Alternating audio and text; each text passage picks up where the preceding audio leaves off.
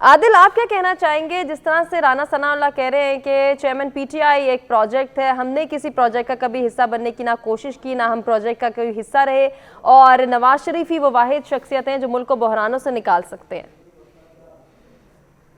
बहुत शुक्रिया। देखिए, मियां साहब एक पॉपुलर लीडर तो हैं, इसमें तो कोई दूसरी राय नहीं है। वो 3 बार जो है पाकिस्तान के वज़ीर आज़म रहे हैं, उनके भाई वज़ीर आज़म रह चुके हैं, 1980 की दहाई से सियासत कर रहे हैं। पंजाब में मुतअद्दिद बार वज़ारत आला उनके पास रही है। पंजाब ही पाकिस्तान का असल बैटल ग्राउंड है। 141 कौमी असम्बली की सीट्स हैं। इस टाइम अगर देख लें तो 12 से 13 करोड़ आबादी पंजाब के अंदर जो है मौजूद है।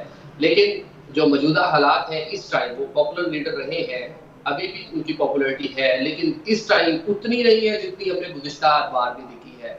अब वो दोबारा से एक लंबे अरसे 4 साल बाद एग्ज़ाइल में रहने के बाद वापस पाकिस्तान आ रहे हैं।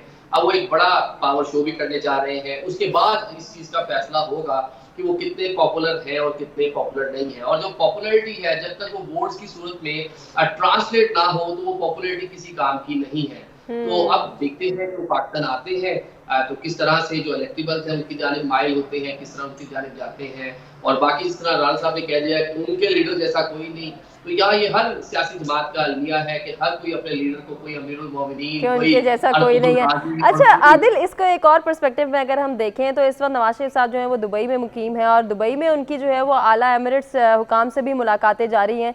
तो क्या वो कोई खुशखबरी भी लेकर आ सकते हैं पाकिस्तान के लिए, जिस तरह से कहा जाता है कि वो मौशी बहरान से निकालने का फौरन ही आते साथ ही एजेंडा भी पेश कर देंगे?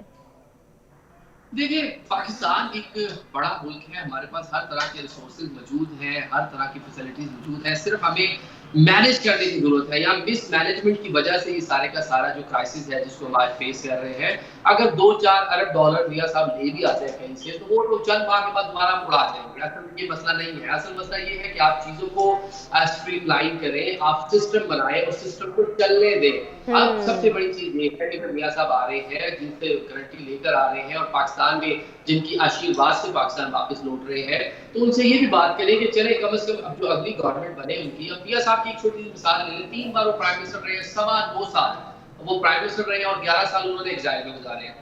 मतलब 3 सही। बारियां मिला के 9 साल वो प्राइम मिनिस्टर रहे हैं। तो चले अब जो उनको बारी को मिले या उनकी पार्टी को मिले, कम से कम 5 साल चलने दें, उसके बाद दोबारा एक इलेक्शन हो, फिर अगली गवर्नमेंट जो भी अवाम इलेक्ट करे।